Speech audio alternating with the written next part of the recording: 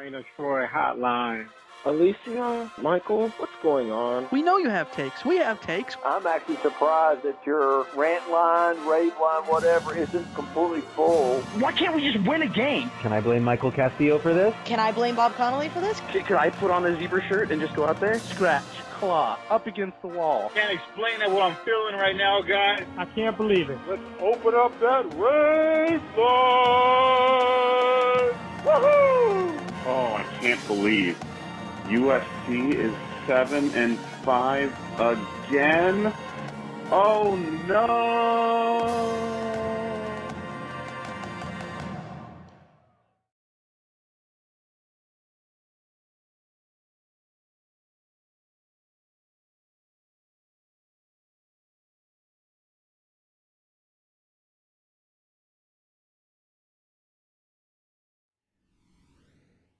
Hello, everybody. Welcome back to Rate of True Radio, episode 578, coming to you on Monday, December 2nd. I'm your host, Mike Garcia, along with my co-host here in the Rancho Studio in Los Angeles, Alicia Dertola.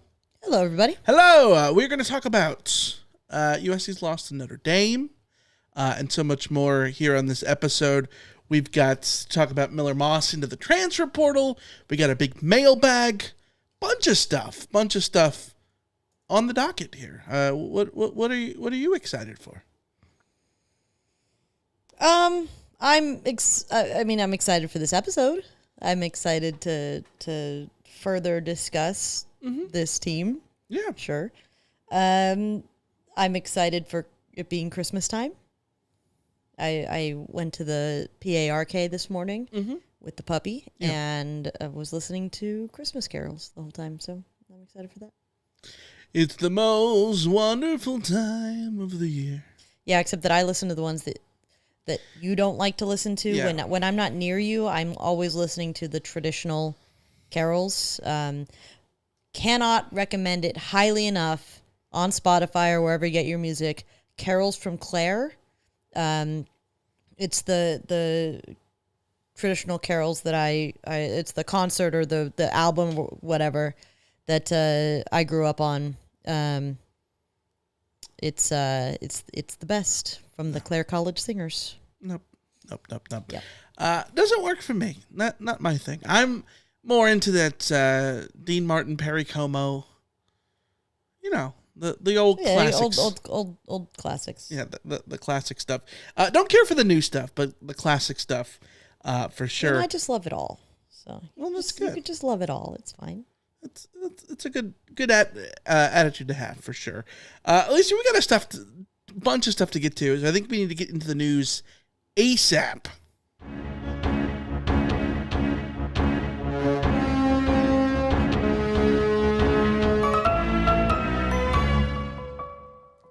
All right, let's start with Miller Moss. Miller Moss is headed into the portal de transfer. As the French would probably say. I would assume that's what the French say. Miller Moss, not French, but of course in the transfer portal. Nonetheless, not a surprise. He lost the quarterback job. He started the first 9 games for the Trojans. Jade Mayava took over and played the final 3 games, started the final 3 games. Miller Moss released a statement.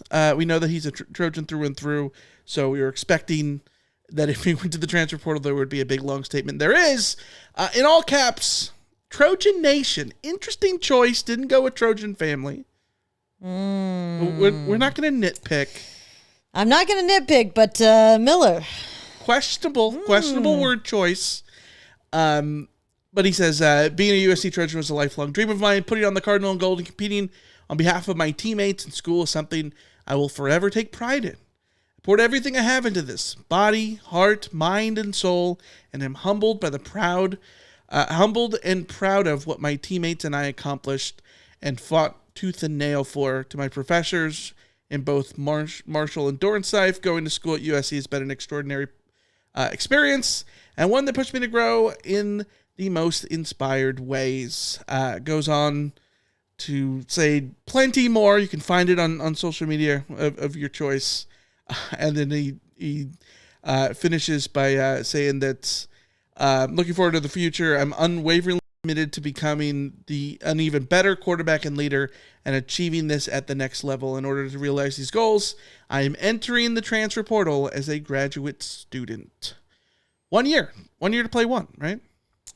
Yeah, and I think it's definitely unfortunate. No question, it's unfortunate that it didn't work out for Miller Moss. It would have been a really great story for it to work out between him and USC. But you know what? Life isn't a fairy tale. Things don't always work out, and that's just the way it goes. So he didn't really fit in an ideal sense what USC wants or needs from the quarterback under Lincoln Riley. So I hope that he finds the offense in the program that really suits his abilities. I think if he lands somewhere where they have a really solid offensive line and ask him to do a little bit more like West Coast offense kind of stuff, he could really, really thrive.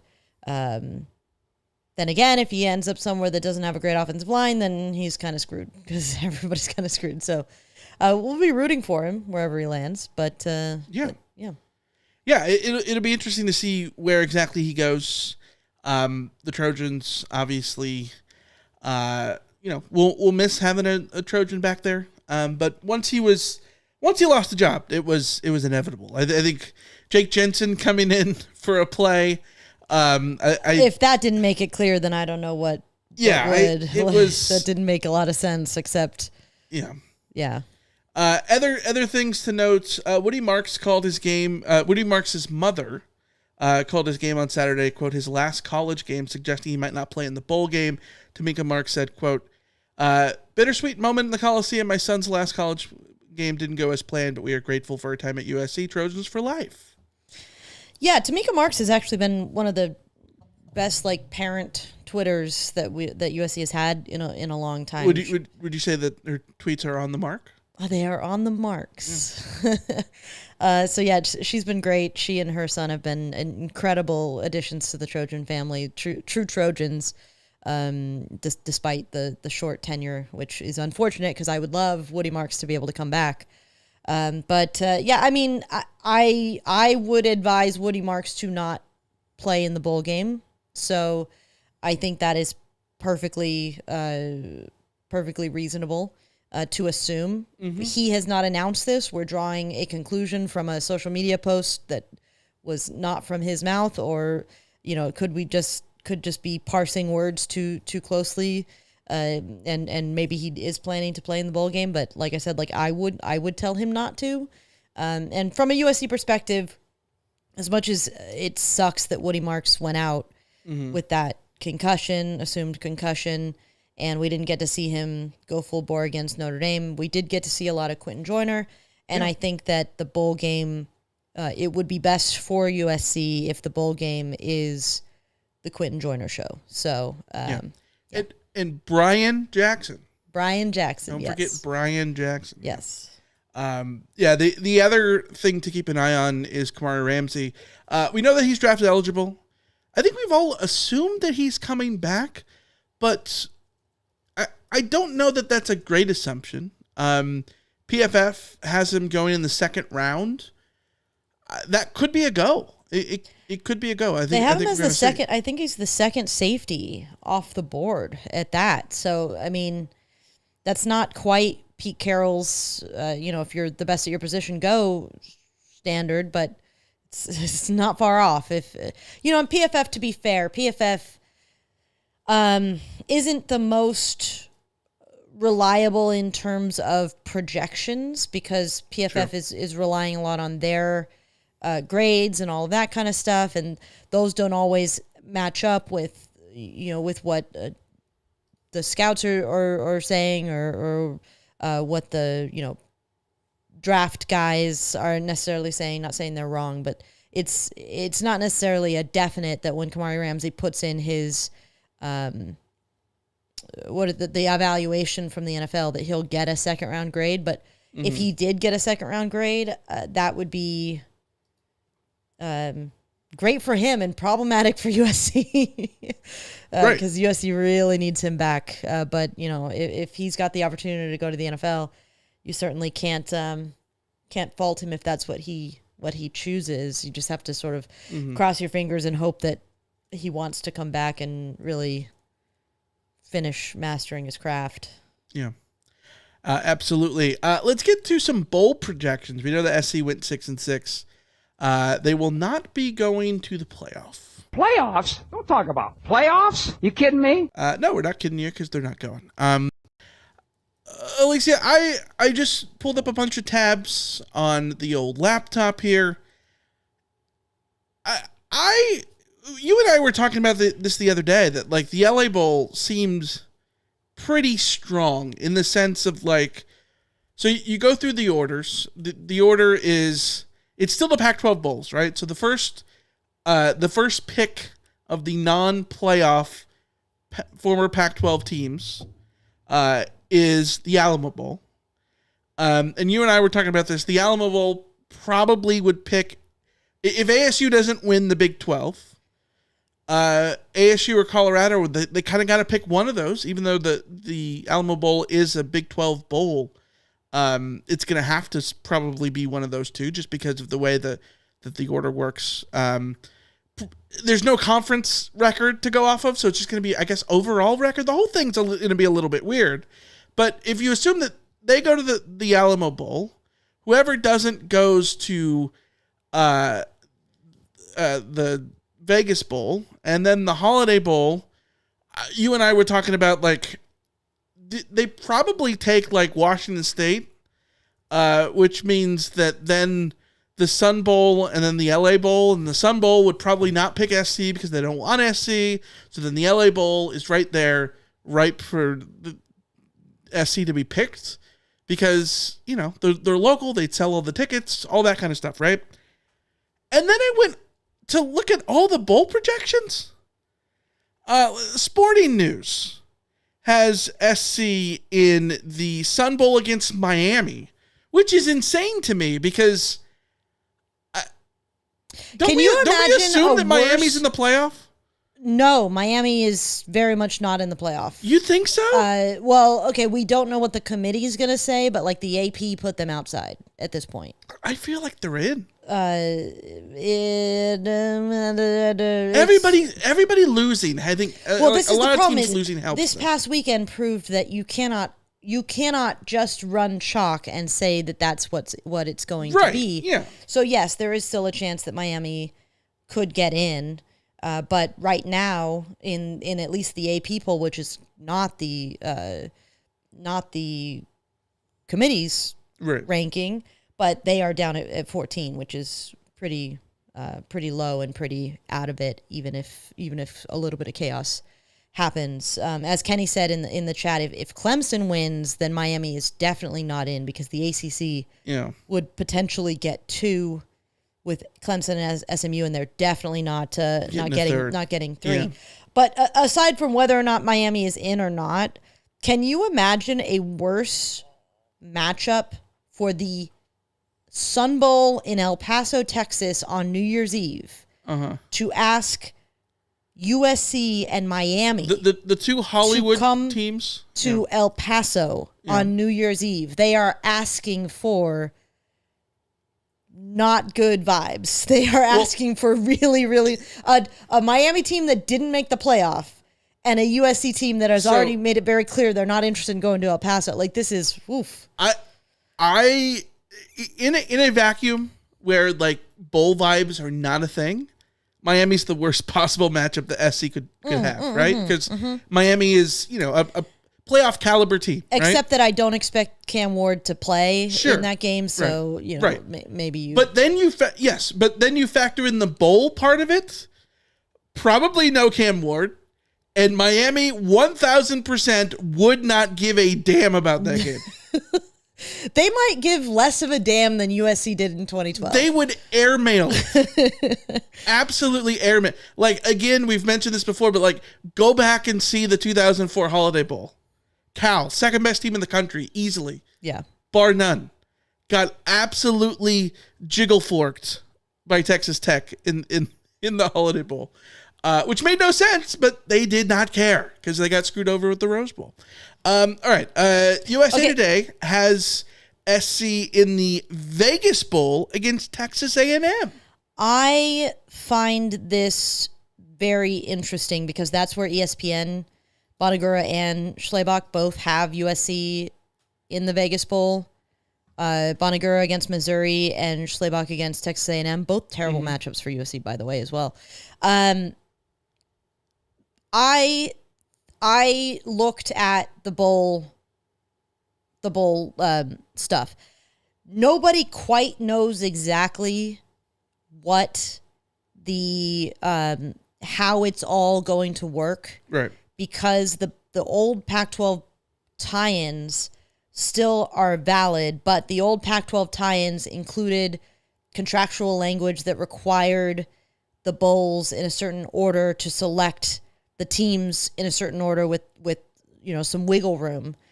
And the assumption had been, in the past, it would have been what?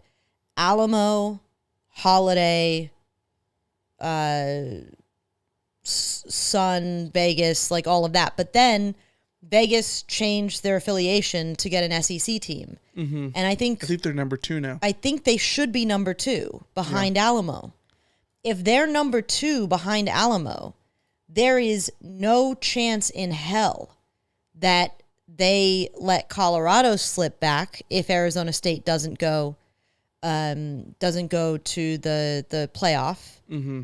So I would imagine Colorado is an easy bet there. If Arizona State does go to the playoff, then Colorado probably goes Alamo Bowl. And then Vegas Bowl, under the old rules, would have to be obligated to take Washington State. Yeah. Under the old rules. Now, if those old rules... The old rules, not to cut you off, now people don't like when I cut you off. The old rules is you can pick within a game. Within a game, yeah. They can be worse than the other team. Within a game of the conference standings. Yes, but then you can't... But there are no conference standings this year. You can't use conference standings. And so then it's all like, well, do these things even matter anymore? How are they going to negotiate these things? We don't know. Right. The only way USC lands in the Vegas Bowl, in my view, is if, number 1, ASU goes to the playoff, and number 2, that language in terms of who you have to choose as part of your Pac-12 tie-in is no longer exists. Because yes, Vegas wants USC. There's zero question about that. Mm-hmm. But USC is a 6-6 team, and Washington State is a 9-3 team, and that doesn't really vibe. That doesn't really work. Yeah. So the way I see it, if ASU gets in, then I think everyone sort of moves up a peg. But I don't think we should just assume that ASU beats Iowa State in the championship. No, not at all. So let's just say ASU loses. So then ASU. Or ASU or Colorado to the Alamo Bowl, the other one to the Vegas, and then Washington State to the Holiday, and then all the other teams are 6-6. SC, Cal, Washington. Which is then the calculation of the Holiday Bowl. Again, same thing with the Vegas Bowl. We assume that if all of these slide down and the Holiday Bowl has a chance to pick, would the Holiday Bowl prefer to pick USC? Absolutely, I think. Is the Holiday Bowl obliged to take Washington State in that case? Yeah.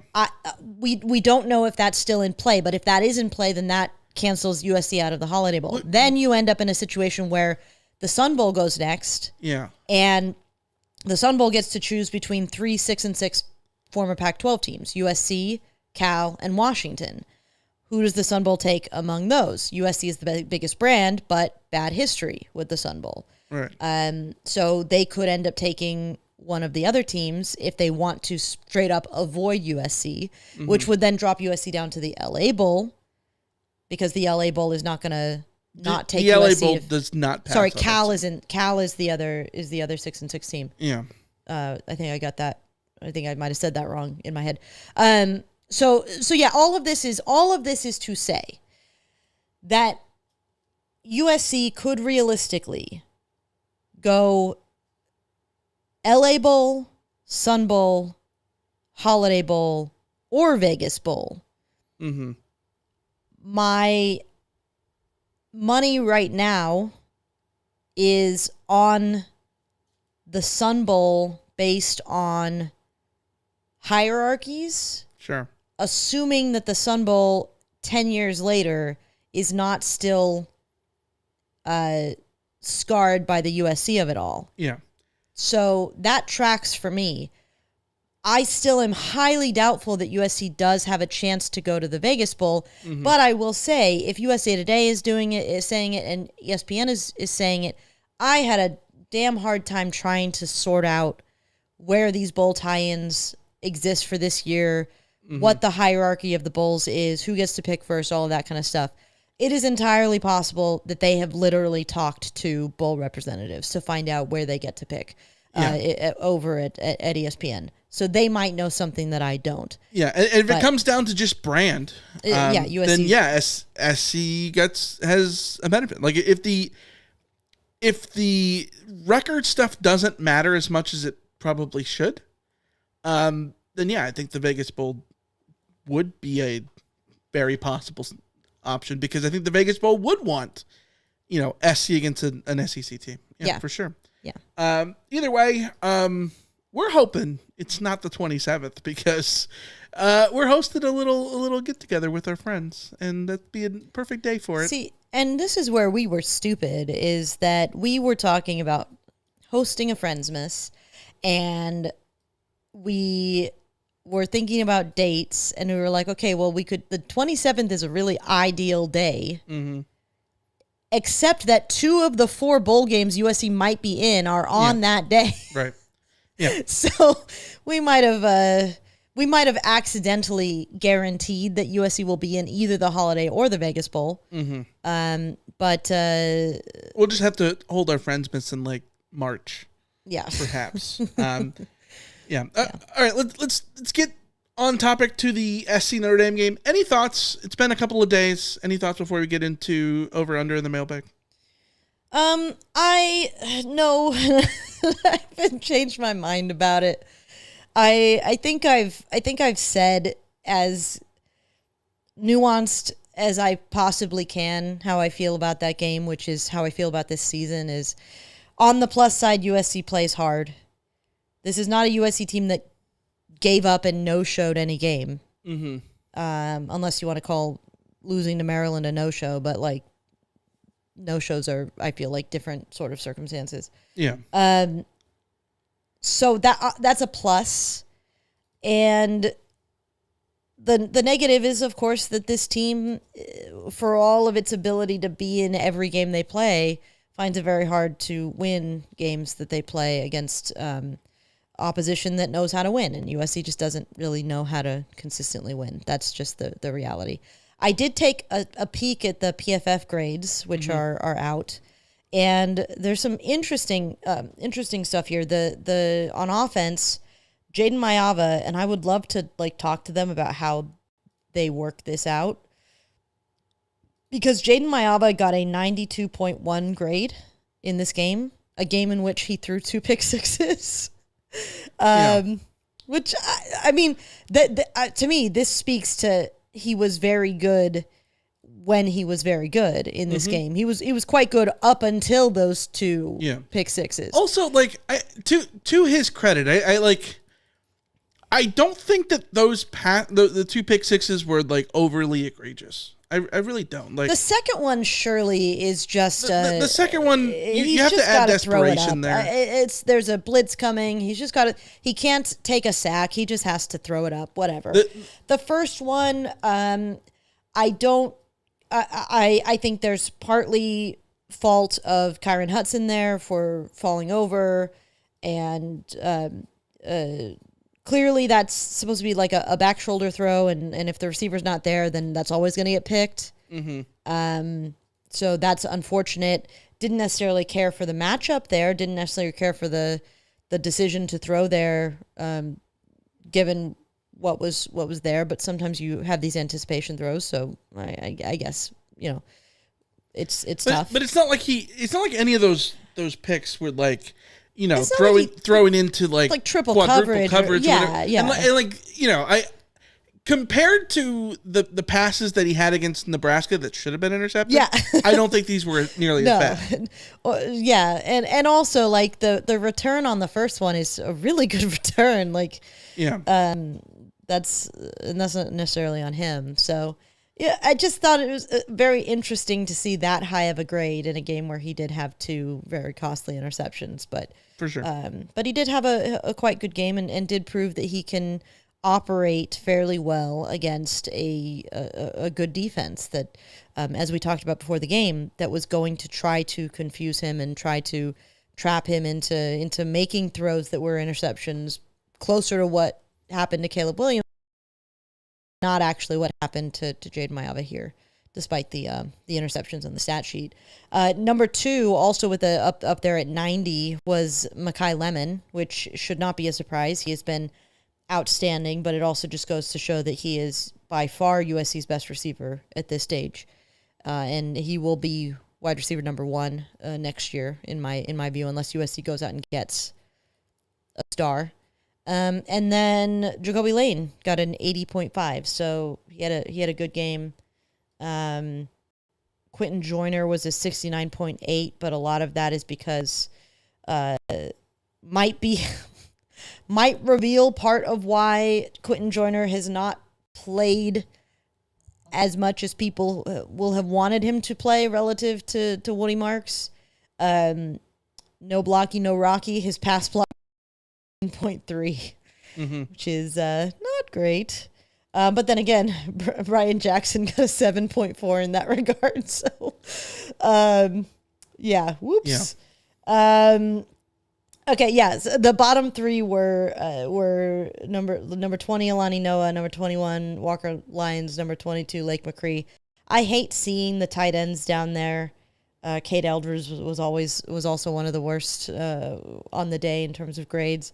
I find that tight ends tend to be down there because when they're asked to block, sometimes they're given mismatches and sometimes they're just not there for it. But Lake McCree did have a 73.3 pass block grade, which is the best on the team, but his run block, his overall grade wasn't particularly great. So, yeah, those are the offense. I don't know if you have anything else to say on that front. No, I have more statistical stuff. I looked up the Big Ten rankings in a lot of different stats now that the regular season is over. Everyone's played 12 games, so it's easy. Everyone's played 9 conference games, so we can sort of look at that thing. It's very fascinating because without looking at it, brain vibes going on here. I'm going to ask you where you think SC ranks among the 18 teams.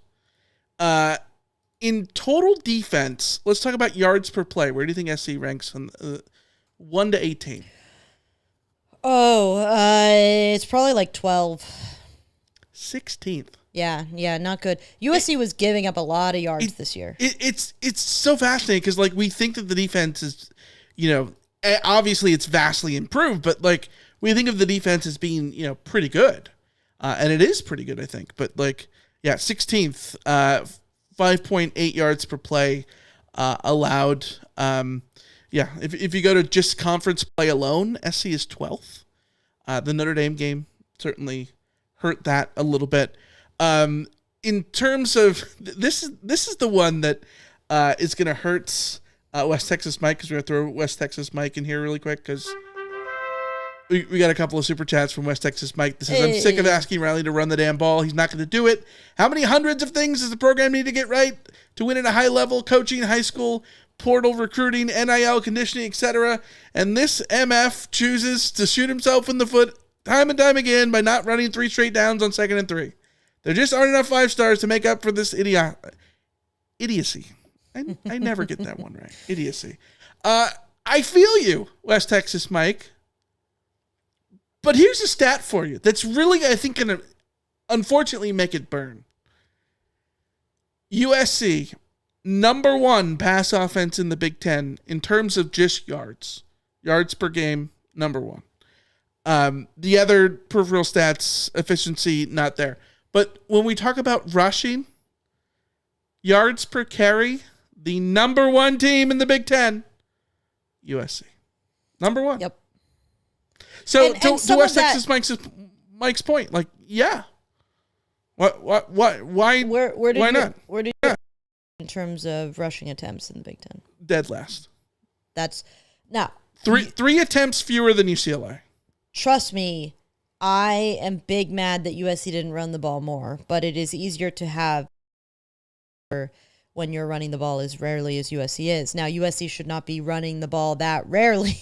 10th in yards, 9th in touchdowns. Because, like, you can see, like, UCLA ran the ball 338 times because their average was 3.07. Right. Like, that informs their average.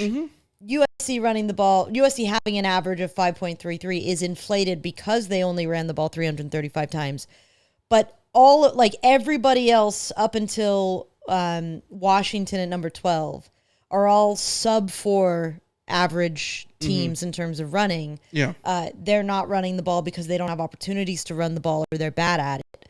USC is not running because they choose not to run. And yes, they probably wouldn't be, there's a decent chance they wouldn't be the top rushing team on a per carry basis in the Big 12, in the Big 10, if they ran the ball, 420 odd times, the way that Oregon did. They might not be 5.3, but they might would still be 4.8. way up there in somewhere between 4.3 and 5.2 or whatever it is.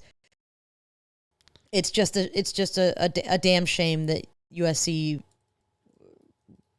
that I think Lincoln Riley outthought himself. And it's not the first time because, the USC has had a series of really good running backs, and it's felt like USC has underutilized those running backs each year under the Riley in the Riley era. And it's particularly frustrating because, as we thought when he came to USC, one of the things we were really excited about is that Riley's rushing attacks have always been outstanding. Yeah. And that is followed, so good at Oklahoma. That is followed through here. The run schemes are very, very good. He puts the runners in position to succeed. Yeah. His unwillingness to ride that when you have a Travis Dye or you have a Marshawn Lloyd or you have a Woody Marks is just so frustrating. And I don't think it's a coincidence that USC ran the most in 2022 when USC had the best offensive line they've had in several years. There were reasons to lose faith in that line in 2023 and to start with questionable faith in that line in 2024. But by the second half of the season, I think there was plenty of evidence to suggest that USC could just go all in with that. Yeah. So, that's frustrating. We got another super chat from Funny on MC. Thank you. MC. Great initials, by the way. MC. Do you think LR would consider giving up the running the offense and hiring an elite offensive coordinator? No. Yeah. No, because here's the thing, and this is the part that I think is going to be frustrating for people. There's a reason that people nationwide think of Lincoln Riley as a good play caller. Because he is a good play caller more often than not in the grand scheme of things. The frustration from USC fans and from every fan in America is about play calling, especially when you're 6-6 and it doesn't work. And why is SC 6-6? I think play calling is a decent question in a couple of the games, absolutely, for sure. Is it the reason that they're ultimately 6-6? No, but it's so easy to make it something to point at. The other thing is, like, what would it take for Lincoln Riley to give up the play calling? Is if, like, Cliff Kingsbury was the offensive coordinator, and he was around last year and as a analyst, and I think that he consulted a fair bit, but, like, it's not like Lincoln, handed over the keys. Obviously, the rules were different at the time, as we've learned with the sanctions that SC has been levied upon. But it's not going to happen. Just like Pete didn't give up calling his defense. He had yes men defensive coordinators the entire time, who weren't really the acting defensive coordinators the whole time. I know people want to talk about Nick Holt for 2008, but if you think that Nick Holt was the defensive coordinator, I've got Beach in Iowa to sell you, or whatever the phrase is. I think that I find it very, very, very unlikely that Riley will give up play calling short of being forced to do so. And, I'm not sure that USC is in a position yet to be forced to force him to do so. I'm very torn in that I am on the record. I do think Lincoln Riley is one of the best play callers in the country. You will always be frustrated. Literally everyone on the planet hates their play caller, thinks their play caller could do better. Yeah. But Riley truly is one of the best play callers in the country, which is why I say I think he gets in his own way, because he's almost too good at like having these plays available to him. He's almost got too much in his locker, and he doesn't lean on the simple things as often as he should. And finding that balance is very difficult. But I think that instead of giving up play calling, you as a coach, I think you need to find a way to get better at doing both. If you're going to bring in an offensive coordinator to call plays for Lincoln Riley, your play calling will get worse, in my opinion, just by the very nature of that thing. And at that point, there is no point in employing Lincoln Riley as your head coach if he's not the one pulling the strings on offense. That just sort of defeats the purpose. Well, especially when you look at like his strength is calling plays, right? Like his and I think it highlights the places where it's frustrating and doesn't feel like it's the right decision and all that stuff.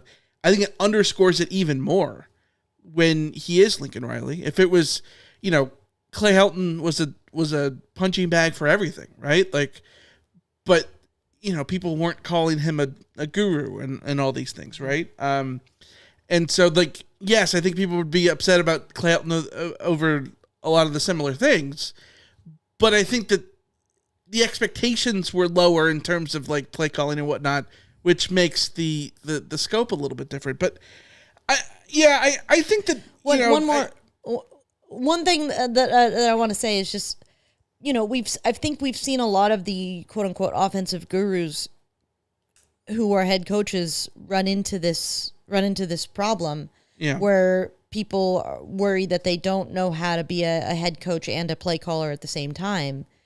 And you look at someone like Steve Sarkisian, who has had people calling for him to give up play calling. I think he even did briefly give up play calling, but he's taken play calling back over, and he's sort of found a better balance of being a head coach while also being able to do the play calling and to keep that level of control in his offense. And frankly, if Lincoln Riley is going to succeed, it will need to be because he does the same thing of figuring it out. And I know that that's not necessarily something that you want to hear, because it's easier in your mind to try and fix something by bringing in somebody new, and that fixes the problem. It's a lot harder for you to sit there and say, like, this gets fixed by the person who's at the root of the problem, right, fixing it themselves. But ultimately, that's where Riley that's where Riley falls for me. He needs he needs to figure that out. And if he does, then things will get a lot better for him. And if he doesn't, he will not have a job when that is something that is on the table. I don't think that bringing in a new offensive coordinator or a new play caller solves the issue with Lincoln Riley. Nor do I think that Lincoln Riley is the kind of person who would ever give up that level of control either. So it's sort of moot. I think that we talk about like what we were looking for in a coach years ago, right? Like when SC fired Clay Helton, and one of the things that I talked about, I wanted someone who has the ability to have an elite scheme in their bag, right? That when push comes to shove, they can scheme a guy open, they can scheme a big defensive stop, whatever it is on whatever side of the ball. But also someone who can lead and recruit and all those other things, right? With experience, winning, all that. And I think that like somebody like a Lincoln Riley, on the flip side, you can think of a elite defensive coach. For lack of a better way to put this, I'll just talk about Denton Lynn, right? Like, would fit that scenario, right? Someone who is a scheme guy. I think there's a lot of reasons to want them as the head coach, because in a perfect world, they have the highest ceiling by having that scheme fit in their bag. The problem is you look at all the guys who have ultimately succeeded, and I think it's very difficult to be that guy and be the head coach, because look at all the guys who have won national championships. They aren't those guys. And it doesn't mean that like Lincoln Riley can't win a national championship, or if Denton Lynn was a head coach that he couldn't win a national championship or whatever. Like the number of guys who call plays and win championships is like minimal. It's Urban Meyer had delegated his offense. Pete Carroll was calling plays on defense, but like that was 20 years ago now. You know what I mean? Nick Saban wasn't calling plays. He had delegated everything. So the best scenario is that your coordinator, the best ideal scenario is that your coordinator, your guy has coordinator tendencies, but it makes the margin of error so much bigger that it makes it very difficult in that sense. And just heightens up all the criticism too. Let's get to over under. So you're going over. I'm feeling bold. Give me that over. I'm going to do an under here. All right, we entered the week. I was up 38-28. You needed a big comeback here. Let's run through it. First one, I said I took over on Jaden Mayava turnovers. 1.5 Jaden Mayava turnovers was your line. I took the over, and by God, was this a backdoor cover and a half. It was impressive. It was impressive to get the over here. Truly impressive. Happy for you, Michael, but also, come on, man. Yeah, absolutely brutal in that sense for you. My first over-under for you was 1.5 goal line fades. You took the under, and it was under. I think the question here is it 0 or 1? What do you call a goal line fade? Because SC only threw 2 passes from Jaden Mayava inside a goal to go situation. Both were touchdown passes to Jacoby Lane. One of them was like a double spin move curl at the goal line with about 9 minutes to go. And the other one was a back shoulder pass in the dying seconds at the goal line. I think you could call that a fade if you wanted to. Either way, it's under 1.5.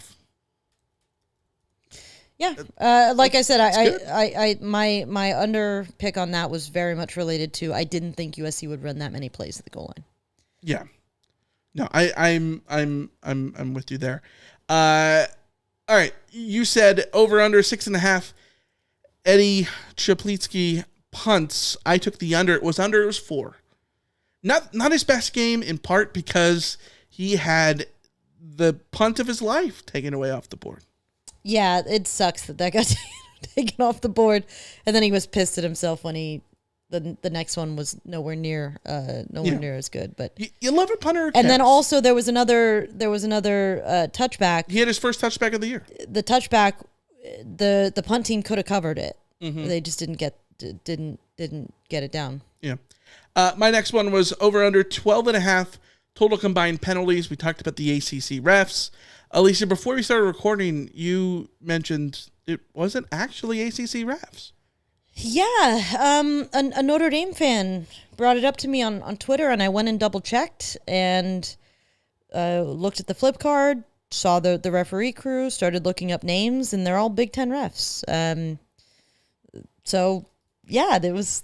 And they called pass interference. They called pass interference. Unbelievable. I'm not sure why they were Big Ten refs. It could be. I wonder if it's a scheduling thing. Maybe it's just that Notre Dame has always, when Notre Dame plays at USC, the refs have always been the conference affiliated with Notre Dame. So the ACC recently, the Big East before the Big East died. So yeah, I don't know. It's weird. Yeah, I mean, I know that we need to hurry up through this, but like I really do wonder if it was a matter of the number of, like, Stanford was on the road, so they would have needed them. Mm-hmm. Georgia Tech was on the road, they would have needed them. Clemson hosted them, so they wouldn't have been there. But Duke, Wake Forest, Miami, Syracuse, Pitt, BC, yeah. Florida was on the road. Would they have been there for Georgia Tech, Georgia? Yes, it would have been there for Georgia Tech, Georgia, because it's the road team. So I don't know. Either way. Over under was 12.5 total combined penalties. It was 10. It was under. You had taken the over, so the point goes to me there. So even if they had thrown a flag for the guy who punched Emmanuel Pregnon in the face, would have still gotten there. Under. But if they would have called that, and then if they would have called that pass interference. That would have been 12. You know.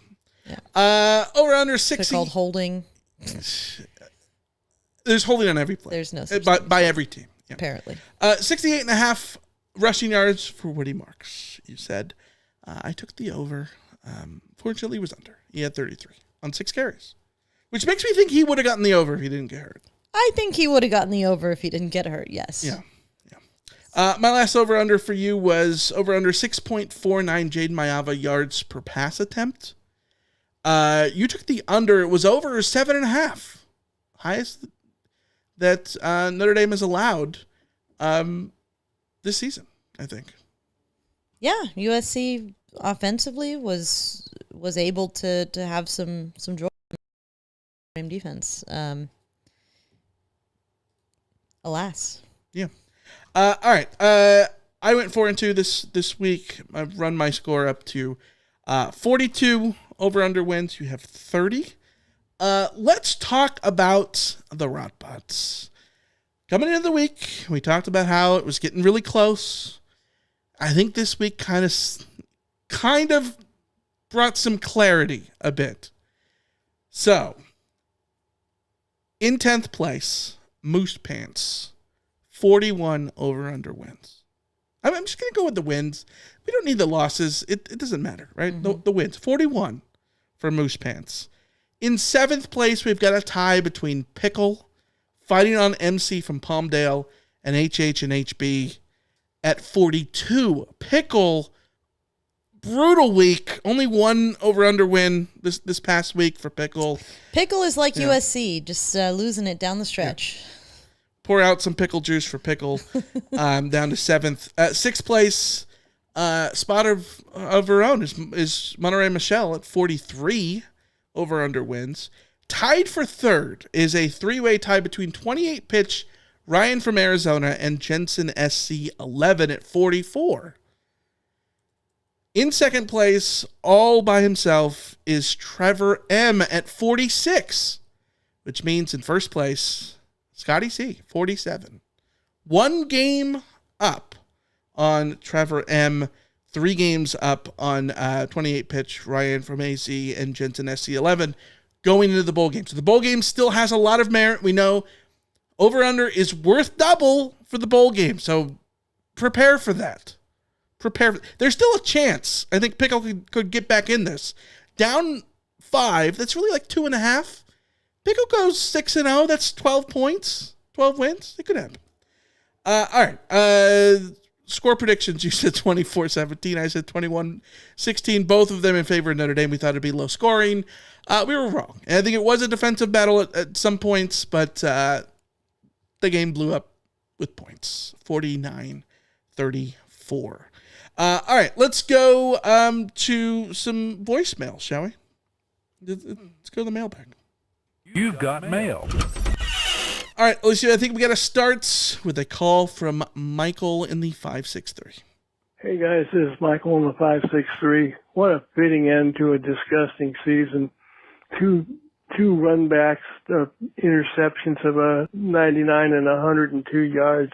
Unbelievable. It's embarrassing. I kind of like to think that it's a young team that's gaining some experience and will be much better next year, but I've got a hunch I'm just kidding myself. But anyway, that's what fans do, right?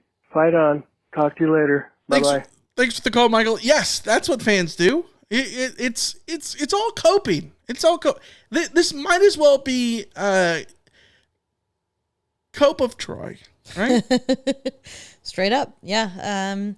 I think nobody knows for sure which way the wind is going to blow on this team next year. I think we'd all like it to be a really, really positive change. Yeah. No one would like it to be a really negative change unless they care more about being right than USC winning games. But in reality, it's probably going to be somewhere in the middle. Just a question of which side of the spectrum it'll go. We'll see. Yeah, absolutely. Let's go to a couple of emails we got from Tony. Tony says, this is during the game. Michael, Alicia, this is Tony from the Nora, PA.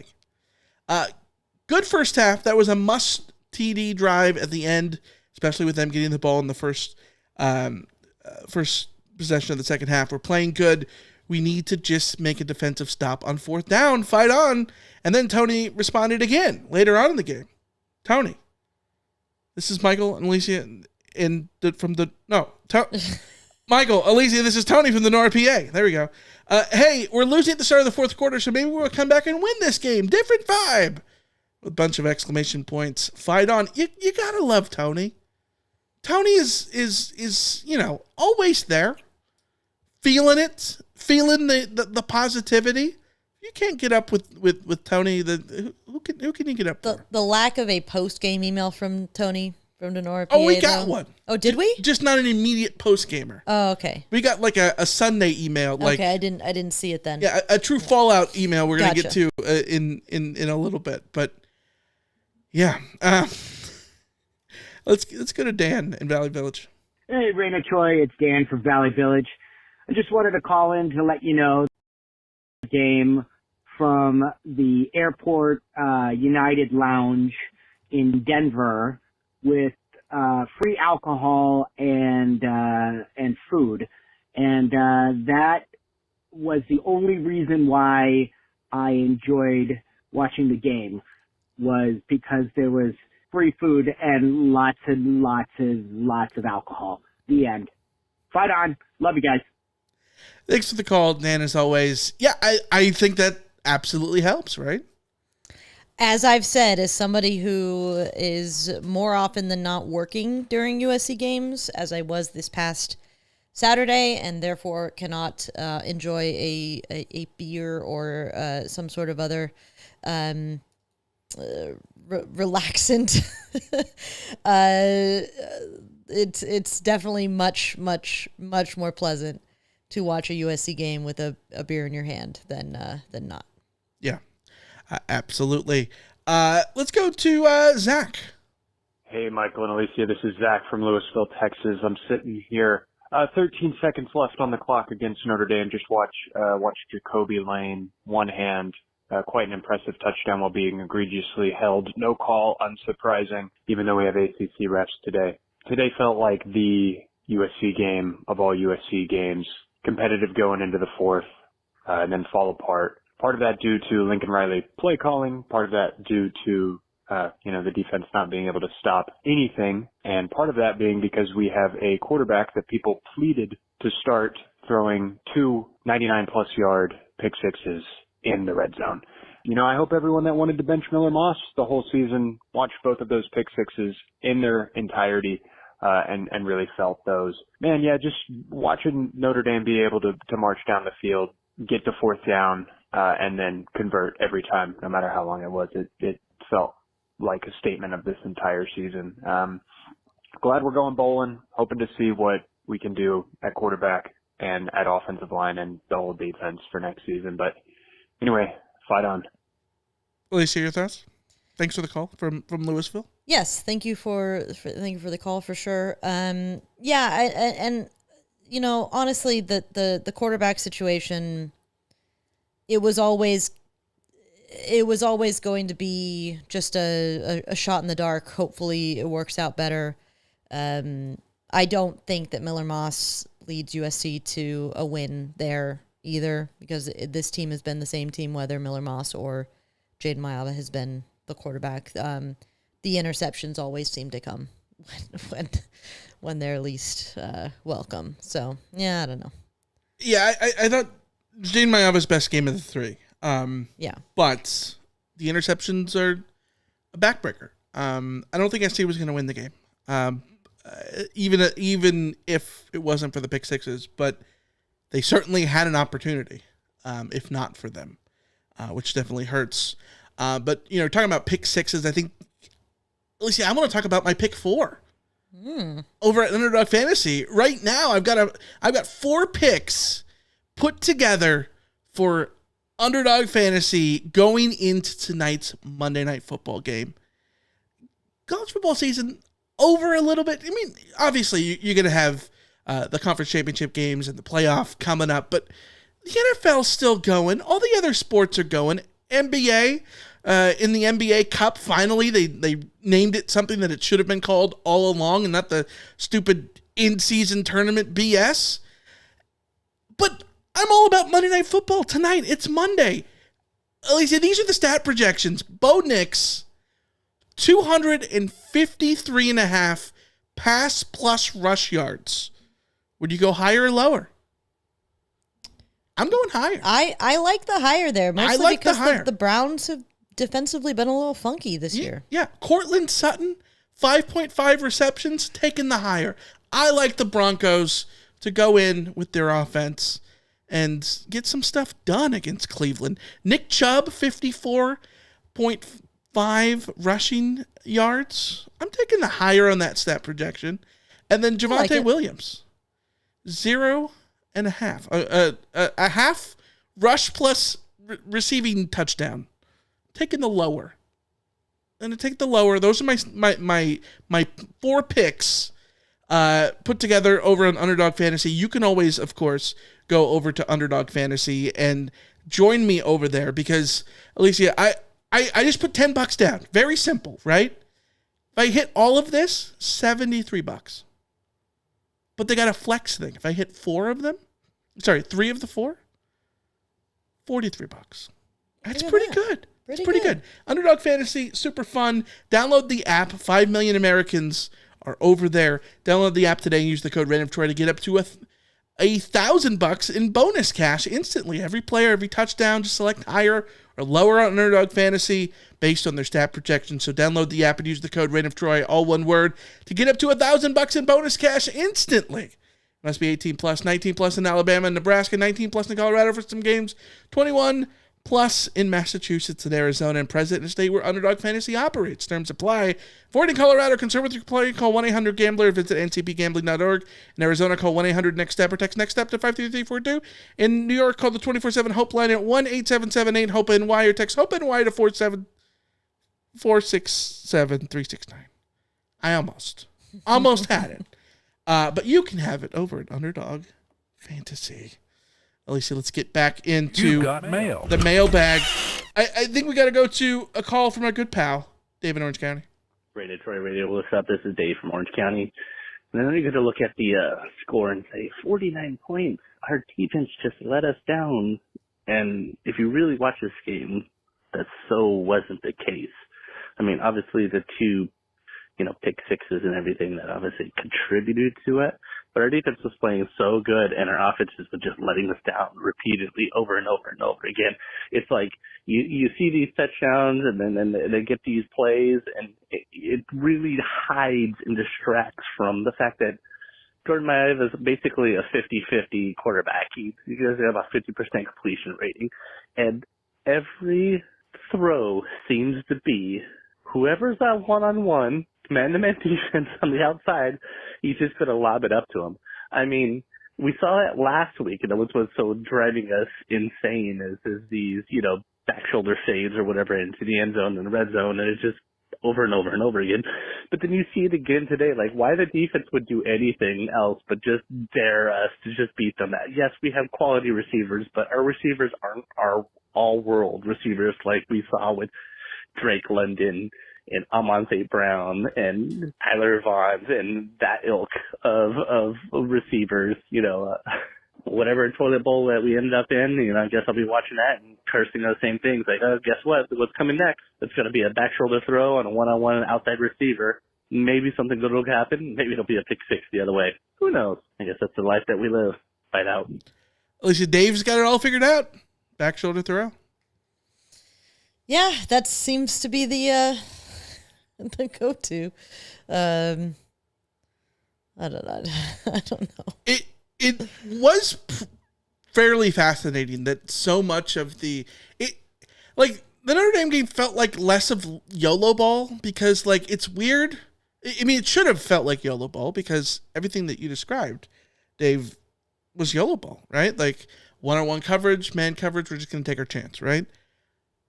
But I do think that this is one of the things that I thought was interesting from Jaden Mailata is that it was a lot of, throw it up and just see what happens kind of stuff. But all of those passes until the pick sixes, which obviously is a weird qualifier to put on a sentence, but they were put in a spot that couldn't have really been picked. There was only one that was really nicely defended. That was earlier on in the fourth quarter. Everything else, you think of the fourth down one to Lemon out in front of him off of his fingertips, right?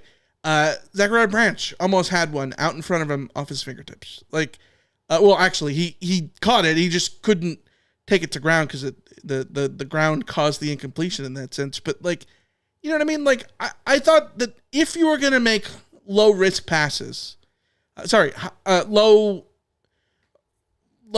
chance of success passes like those, low percentage passes, at least put them in a spot that isn't overly risky. And he did that until he didn't.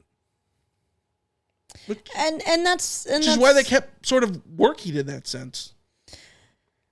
Yeah, as but, a 50-50 concept. This is the problem. This is the reality with a quarterback like Jaden Mailata.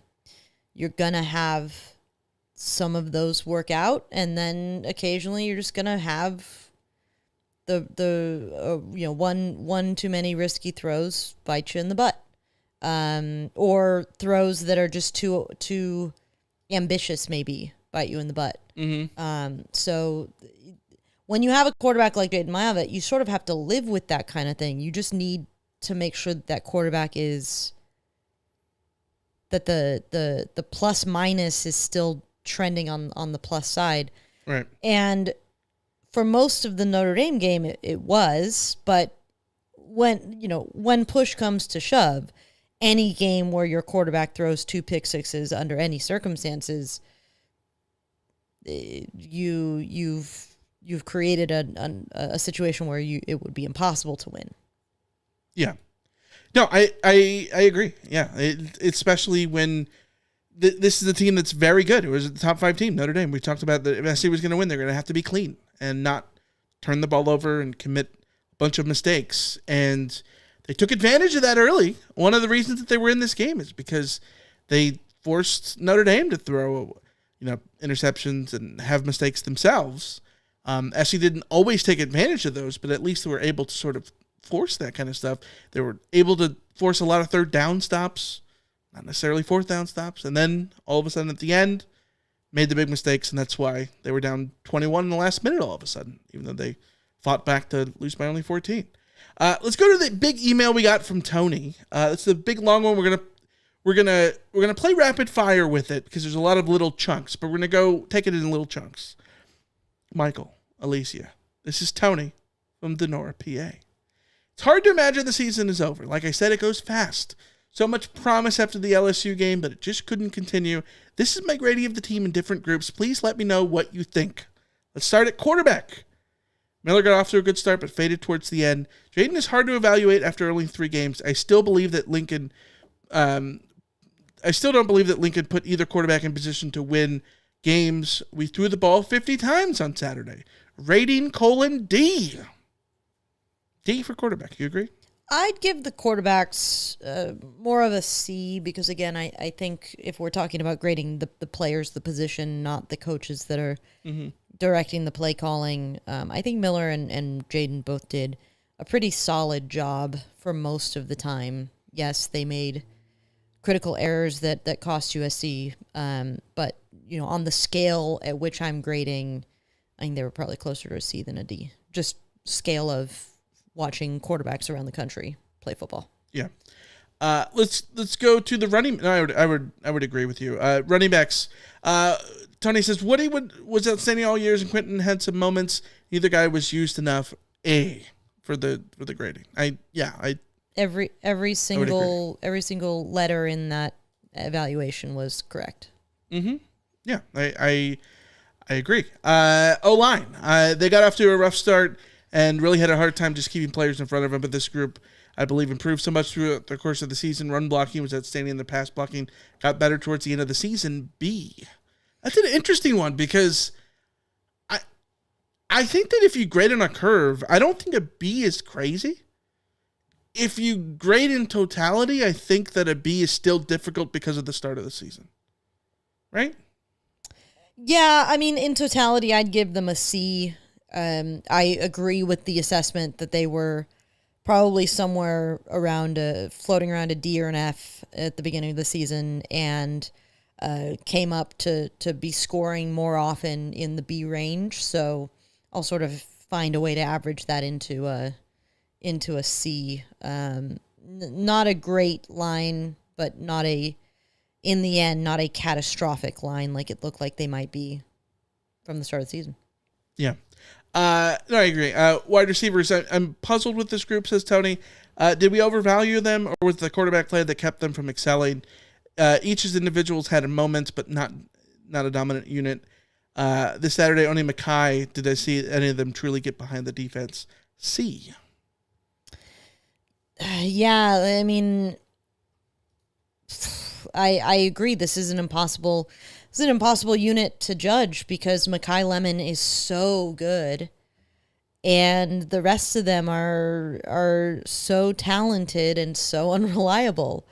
I think this group, I would say, instead of the quarterback keeping them from excelling, I would say they did not help the quarterback very often this year. With one or two really highlight real exceptions like Kyron Hudson making a couple fantastic catches. There were too many times the receivers made the uber fantastic catch, but then didn't make the routine ones that actually are the ones that win you games if you make them often enough. Yeah. So this should have been a dominant unit. It was not, and that is extremely disappointing. And I think it's a unit that's going to need more help than I would have preferred going into the season looking at 2025. Yeah, I agree. I think there's pieces there, but they're just missing a superstar. I think Mackay Lemon might be that guy, but I don't know that Mackay Lemon is the superstar that you love either. To me, Mackay Lemon is a very good number 2.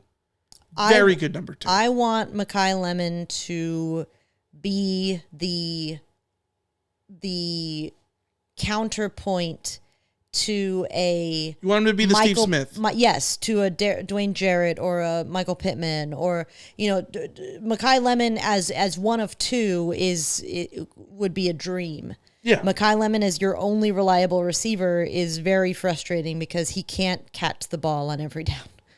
Yeah. No, I am with you. And it's like Deuce could be that guy. Jacoby Lane could be that guy. But we need to see them take another step forward. You need to actually do that, and they haven't yet. Yeah. Defensive line. Tony says they weren't a dominant force, but they did play way better than last year. So there is a lot of room for improvement. We must get way more pressure on the quarterback. C. I'm happy. It's a difficult one. I'm happy with the C if we're grading on a curve, knowing that unit was injury hit and thin to begin with. And also not physically didn't have the kind of physical presence that a defensive line was always going to need to be successful. Mm-hmm. They were played much better than we've seen from defensive lines in the past. They were a stout team a stout group that didn't make a ton of errors, and that's really good, but they also didn't make a ton of impact plays. So I think a C is fair. Yeah. I think that's right. Like I don't think the defensive line was bad. I don't think they were particularly great. They weren't an extreme liability, but they weren't an impact unit. And I think I give them a C for that. And is part of that, I think, is reliance on Bear Alexander to be a great player. And he didn't win the job, the starting job. And then nobody else overly stepped up. And then look at the defensive ends. Anthony Lucas gets hurt early on in the season. Jamil Muhammad did absolutely nothing all season. Yeah. Yeah. I think you got to really commend a guy like Devin Tompkins for coming out of being an end, transitioning into the tackle spot, playing bigger than his size, doing what he could, but still, like, again, it goes back to if Devin Tompkins, and I don't want to curse him with faint praise. Devin Tompkins is essentially the new Stanley Taufu, where guy plays really, really hard, does the best that he can. He's better than Stanley T for the record, but still, if he is the defensive lineman that you are relying on to be one of your interior guys, then you have a problem. That shouldn't be where he is best utilized. Yeah. Linebackers. Tony says, I thought this group was solid all year. There's no Junior Seau or Batman Wood in this group, but overall they played inspired football, especially after losing Gentry for the season. The guys really stepped up. B. Yeah, I've got some mixed feelings on the linebackers. The difference in linebacker play this year from last year or the year before is incredible. This unit got significantly better. Mason Cobb still. When you look at, like, why did USC give up 258 yards to Notre Dame on the ground? A lot of that has to do with linebacker play, but with the linebackers not making their fits, getting washed out of plays. And I think that Cobb, EMA to a certain point, weren't quite reliable, disciplined enough to prevent all of those big plays. I think it's telling that, I was talking about the PFF grades earlier. When you look at the PFF grades on defense, Mason Cobb was last with 31.6 grade. Easton Mascarenas Arnold was third to last, 47.7 grade.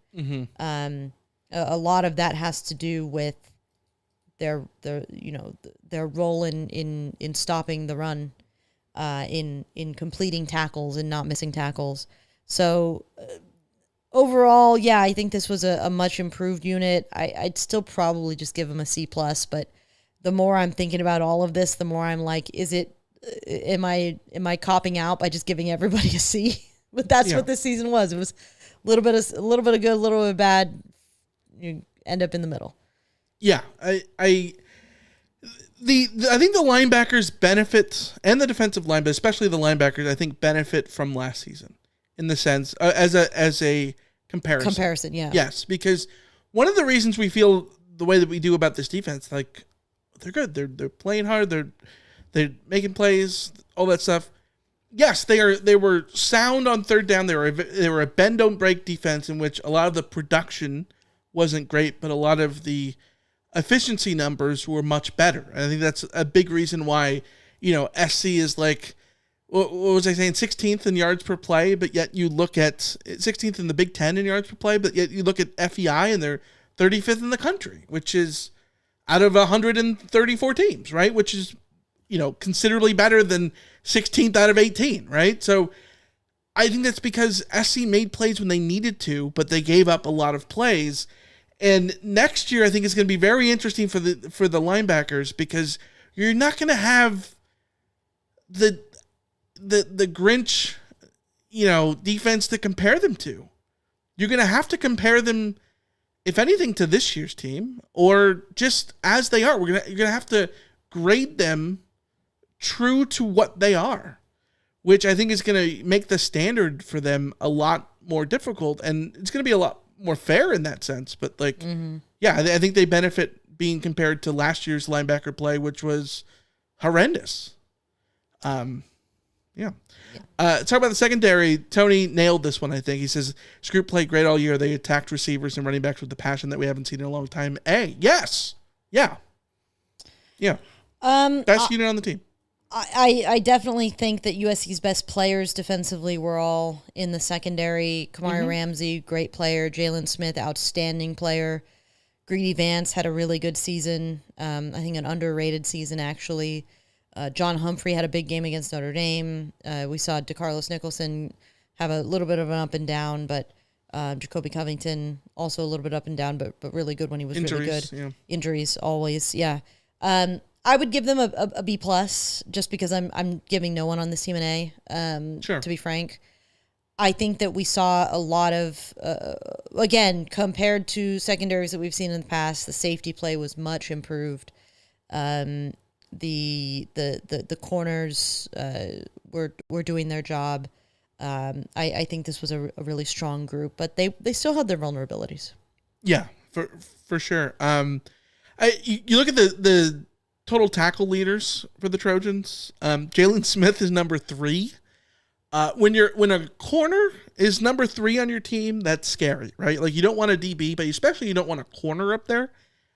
I don't think that tells the full story. That is such a positive mark on Jalen Smith compared to what it normally would stand means. for. Yeah, because he was very active. Kamari Ramsey was very active. Kamari Ramsey had 35 fewer tackles than Easton Mascaredes Arnold, who had the team lead at 89. But Kamari Ramsey's 53 tackles, I feel like were all impactful. Like they were all big time tackles. Yeah. When he was not getting hurdled. The one time he got made look 2 or 3 times all season he got made looking silly where he missed a tackle or whatever. To be fair, the Notre Dame one. That dude would have hurdled Troy Polamalu. That hurdle Jeremiah Love was incredible. Absurd. Yeah. Feel bad for Kamari Ramsey in that sense. Special teams, Tony says, I thought Lance was good as a kicker, made all his extra points and 70% of his field goals. 1 of 2 over 50 and 50% from 40 to 49. Only missed 2 from inside the 29. Chaplinsky was great. A. I wouldn't give. Again, I'm not giving anybody on the team an A. Not even Chaplinsky. If I'm grading the punter gets an A plus. Okay. But I'm not just grading the punter. I'm grading special teams. Yeah. My problem with special teams is that special teams made errors that literally cost USC games.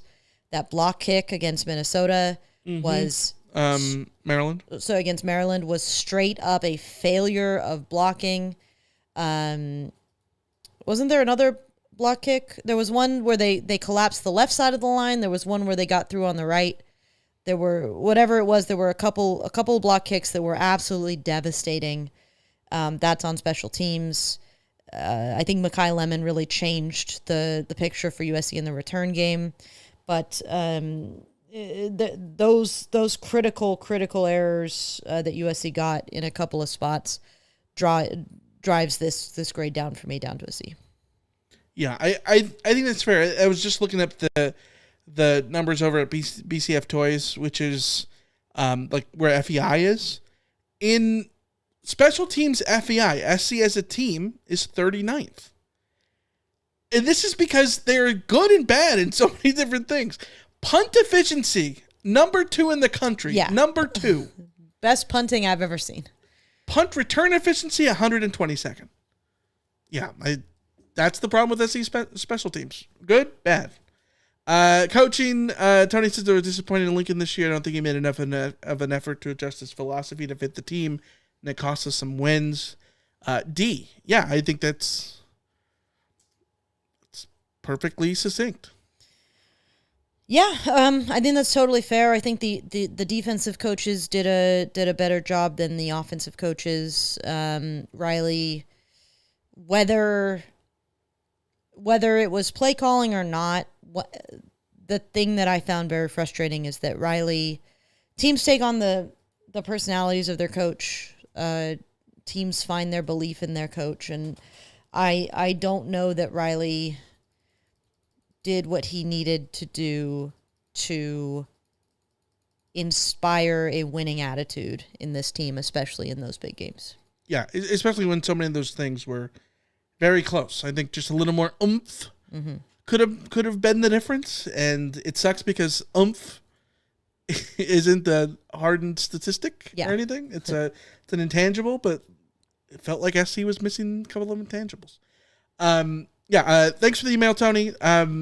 Tony finishes off saying, well, the season didn't go the way we hoped, but we hope his coaching staff can stay intact. Also, he gave Danton Lynn a B, which I think is...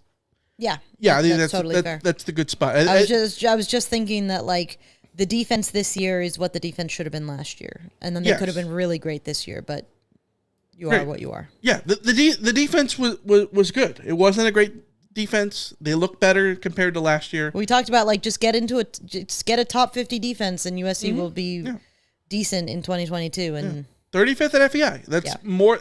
Should be more than good enough to win 9 games.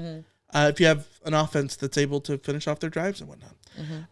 Email from Victor. Hey guys, been a listener since 2019 when I transferred to SC and rekindled my love for Trojan football. I just wanted to see how you guys feel about how SC performed this year in the Big Ten and what impact that's had on us. I must admit, I hate that the realignment killed the Pac-12 and brought us into the Big Ten, although I acknowledge the Pac-12 was poorly managed and that there are advantages to being in a powerhouse conference that is the Big Ten. I can't get over the fact that now these college kids have to travel across the country multiple times a year and compete like the professionals. Let's remember, these kids are 18 to 22 on average, and asking them that from them is a lot. I don't think that gets enough attention. For context, I'm old enough to remember when we used to play everyone in the Pac-10 every year, and I hate how college football is losing what made it unique from the NFL. Anyways, obviously there are a lot of issues not related to this, such as poor coaching, etc., which can't be ignored. With all that said, I'd like to know your opinion on this. Love the show. Thanks for everything you do, and for keeping us sane by our means of venting. Keep up the good work. God bless. Take care of yourselves. And, of course, FTFO. Respectfully, Victor from Oceanside. Thanks, Victor. We appreciate you. Yeah, it's a great email, Victor. I think that my lasting memory of the transition to the Big Ten is just going to be adjusting to the refereeing. I think that was a major adjustment. The travel certainly didn't help USC.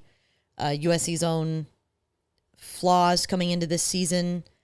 I mean, if you had told me USC was going to head to the Big Ten and I got to choose which 2 units were going to be USC's weakest positions, I certainly would have picked anything except for defensive line and offensive line.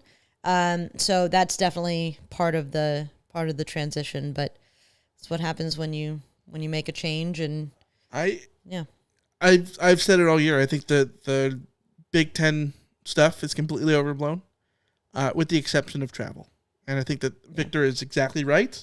And I think that we saw that firsthand when SC very clearly did not travel well. They played much better at home. Yes, I think SC was remarkably consistent overall, but they did play better at home, and they were able to get the plays at the end against Nebraska and against Wisconsin and even against Penn State until they didn't at the end, right? Like they played much better at home, and when I say the Big Ten stuff is overblown, the idea that, SC just doesn't play big boy football and they don't know what it's like to rub some dirt on it, eat corn, and blah. There's one team all season that punched SC in the face and they did not have an answer for it. That was Michigan. One team.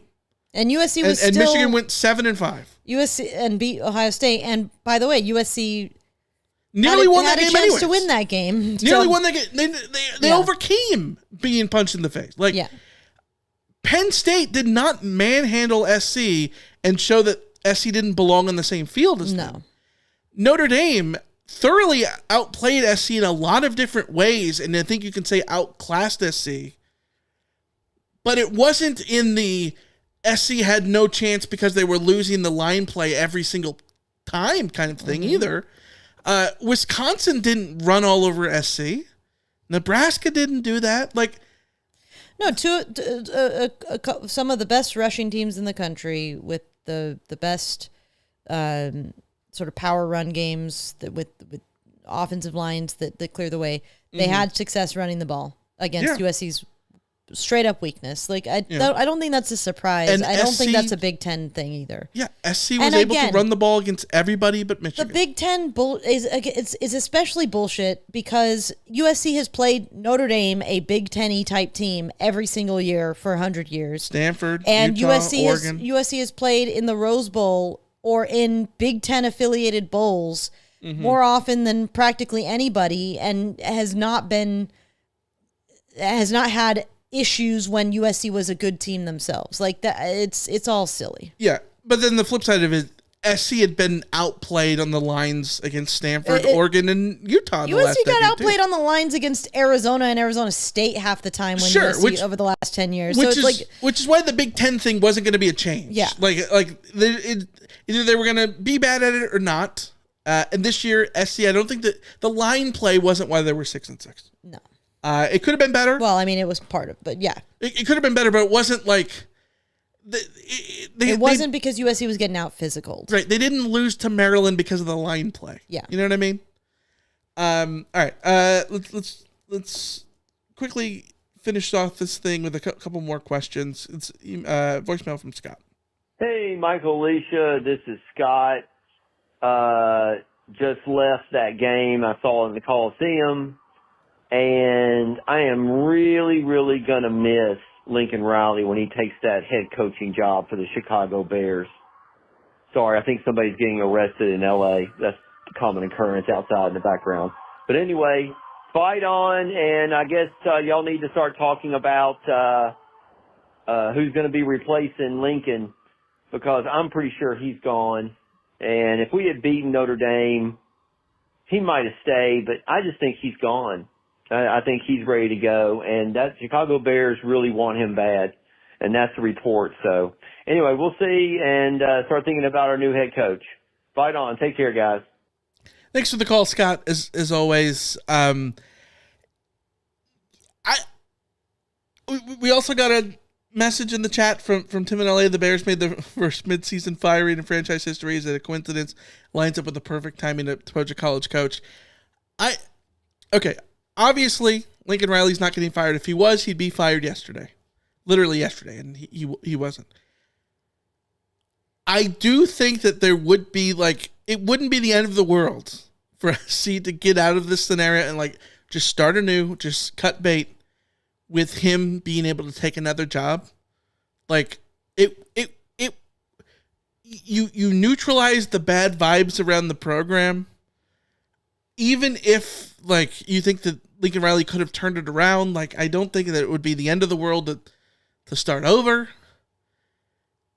I can't see him go to the Bears. Like they wouldn't do it, right? I know it's the Bears. To be fair, the Bears will do batshit things. To be fair, the Arizona Cardinals went out and hired Cliff Kingsbury as their head coach, who had never been to the playoffs, who had been fired by Texas A&M, by Texas Tech, and he had like a 500 record in his career, and they went out and hired him as their head coach. So, is it possible? Sure, anything is possible. Sometimes bad franchises do shitty, stupid things. Is that probable? No. Should anyone expect it? No. I don't think there is a chance in hell that that Lincoln Riley chooses to forfeit his $100 million contract to go coach in the NFL for the first time. Nor do I think that the Bears would offer Lincoln Riley that job. But yeah, who knows? If SC goes 9-3 this year, or 10-2, I think it's a different scenario. Yeah, I could have seen a world where maybe. Yeah, if USC looked good and Miller Moss had turned out, if Lincoln Riley had made Miller Moss into an all Big Ten candidate, then the conversations are very different. But that's not what happened. Ronald Murray says I could see Jerry Jones swooping in and taking Riley. No. I thoroughly disagree. Lincoln Riley has no connections to Arkansas. Like, did not go to Arkansas. Yes, maybe I'm wrong. Maybe Jerry Jones, in his seniority of life, might watch Lincoln Riley highlights and see Oklahoma and think it's Arkansas. Same exact uniform, so maybe that would help. But I don't know. We're gonna end things there. We got more questions. I want to save them for Wednesday. Wednesday we'll be back. Talk about some signing day stuff.